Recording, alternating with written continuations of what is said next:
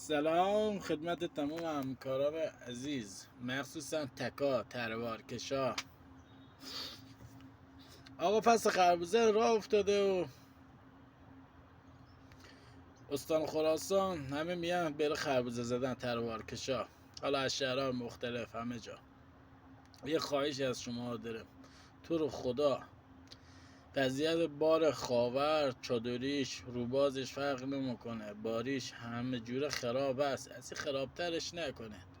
به خاطر بار خربوزه به سمت مشهد استان خراسان میخوایم بیاین، وضعیت کرایه خاور خراب میشه.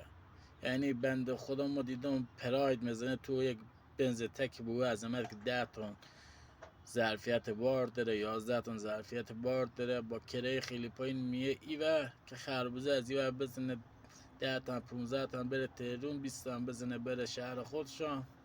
نکنن تو خدا ملاحظه ما خاوریان بکنه، ما گناه داره، ملاحظه کنن خواهشه. حتی ما دیدم خالی بار میان.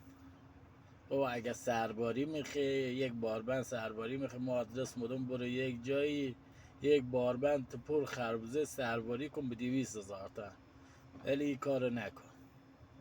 ظلم در حق هم کارت نکن یا حق.